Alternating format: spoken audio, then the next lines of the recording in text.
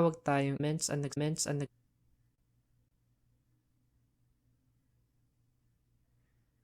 HTML tags are one of the most important components in an HTML file.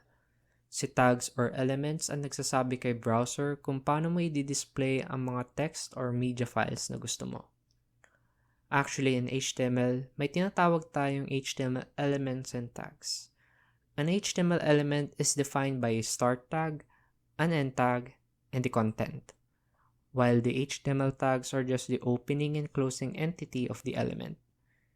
If we look at this, yung kabuuan nito ay isang HTML element, while yung start tag and end tag ay yung HTML tags. HTML tags are used to mark up the start and end of an element. Though in common usage, the term element and tag are interchangeable. For simplicity, ang element and tag ay parehas lang. They both define something in a web page. For example, gusto natin maglagay ng paragraph sa web page natin.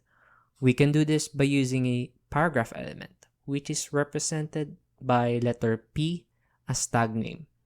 So ito ang opening tag kung saan sinasabi niya kay browser na lahat ng content na kasunod na opening tag ay isang paragraph. Yung sunod na tag is called an end tag, which is denoted by slash and letter P. So ito naman ang nagsasabi kay browser na dito magtatapos ang paragraph at lahat ng content na kasunod nito ay hindi kasama dito. In coding an HTML page, may structure tayong sinusundan. So this is the basic structure of an HTML code. The first line is called a Dactype declaration. Itong line of code na to tells the browser kung anong version of HTML ang gagamitin mo, which in this case, we are going to use HTML5. The next line is called an HTML root element.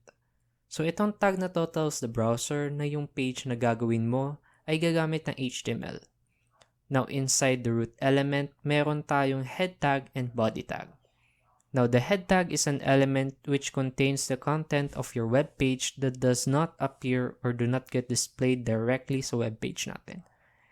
Usually, ang mga elements na nilalagay natin sa head ay metadata, which describes the information about the page or yung mga external resources natin like CSS style sheets or JavaScript files. Next is the body, which is an element that contains the main content of your web page.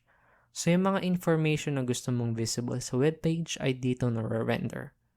And since we are using HTML tags, kailangan natin ng closing tags for each tag na na-mention natin.